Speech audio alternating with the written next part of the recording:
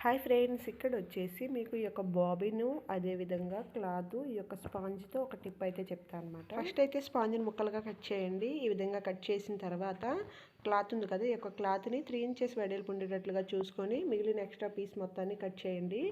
Next 3 inches width 3 inches పొడవు ఉండేటట్లుగా ఈ యొక్క క్లాత్ని స్క్వేర్ షేప్లో కట్ చేసుకోండి. ఈ విధంగా కట్ చేసుకున్న తర్వాత ఈ యొక్క స్పాంజెస్ ఉన్నాయి కదా, ఈ యొక్క స్పాంజెస్ని రౌండ్గా ఫోల్డ్ చేసుకుని ఈ యొక్క క్లాత్ సెంటర్లో పెట్టేసుకొని ఈ యొక్క బాబిన్ మధ్యలో నుంచి ఒక క్లాత్ని అయితే చివరి వైపుకి లాగాలన్నమాట. ఈ విధంగా లాగినప్పుడు అందమైన పోట్లీ బటన్ అనేది మనకి రెడీ అవుతుంది అనమాట. స్టార్టింగ్లో కుట్టే వాళ్ళకి ఏంటంటే ఈ యొక్క పోట్లీ బటన్స్ అనేది పర్ఫెక్ట్గా ప్రిపేర్ చేయడం రాదండి. ఈ విధంగా కనుక బాబిన్ యూజ్ చేసి కనుక ఈ యొక్క పోట్లీ బటన్స్ అనేది ప్రిపేర్ చేసుకుంటే షేప్ అనేది మనకి నీట్గా వస్తుంది అనమాట. ఈ బటన్ చుట్టూ కూడా థ్రెడ్ని చుట్టేసుకుంటే మనకి పోట్లీ బటన్ అనేది రెడీ అయిపోతుంది. కొత్తగా నేర్చుకునే వారైనా సరే, ఎన్నిసార్లు ట్రై చేసినా రావట్లేదండి అనేవారైనా సరే ఈ యొక్క ప్రాసెస్లో ఒకసారి ట్రై చేసి చూడండి. వీడియో నచ్చితే తప్పకుండా ఒక లైక్ చేయండి. అదేవిధంగా మన ఛానల్ని సబ్స్క్రైబ్ చేసుకోండి.